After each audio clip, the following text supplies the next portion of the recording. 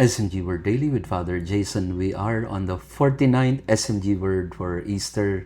Tayo po ay maglapit na magtapos sa ating 50 araw na paglalakbay sa panahon ng muling pagkabuhay patungong Pentecostes. At sa araw na ito, pagnilayan natin ng salitang Griego na sinabi ng Panginoon kay Pedro, akoluteo. Akoluteo, ibig sabihin to follow, to become a disciple. Si Pedro medyo insecure ng konti kay Juan sa ating ebanghelyo ngayon. Kaya ang sabi ni Pedro kay Jesus, what about him? Paano naman siya? Ano ang mangyayari sa kanya kay Juan? Sabi ng Panginoon kay Pedro, what is it to you? Ano bang pakialam mo doon? Ang mahalaga sa iyo, Pedro, huwag mong titingnan kung anong mangyayari kay Juan. Ang tingnan mo ay kung ano ang utos ko sa iyo. As for you, follow me. You follow me. Ako luteo. Ikaw ay sumunod sa akin. Maraming beses ganyan tayo, no? Na paano siya?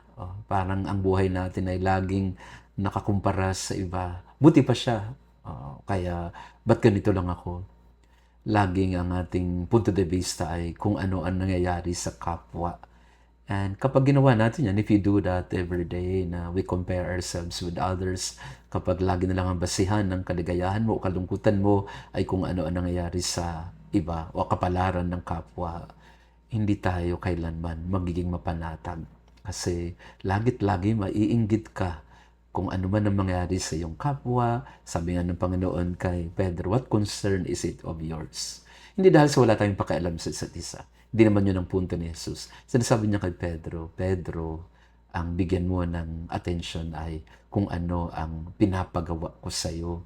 Hindi yung kung ano ang papagawin ko kay Juan. Meron din naman siyang misyon. Meron ka din. At isang napaka-practical ito na gabay na binibigay sa atin ng Panginoon. Sa araw-araw kasi, lagi tayong tumitingin sa kabilang bakuran, sabi nga. Hindi natin nakikita na meron tayo, may mission tayo, may gampanin tayo, may gawain tayo. Yun lang, napakarami mo ng kailangang gampanan at gawin. Kaya sa araw na ito, ang paanyayan ng Panginoon sa iyo, as for you, follow me, ako luteo. Ako ang sundan mo at huwag ka nang magkukumpara ng sarili sa kapwa.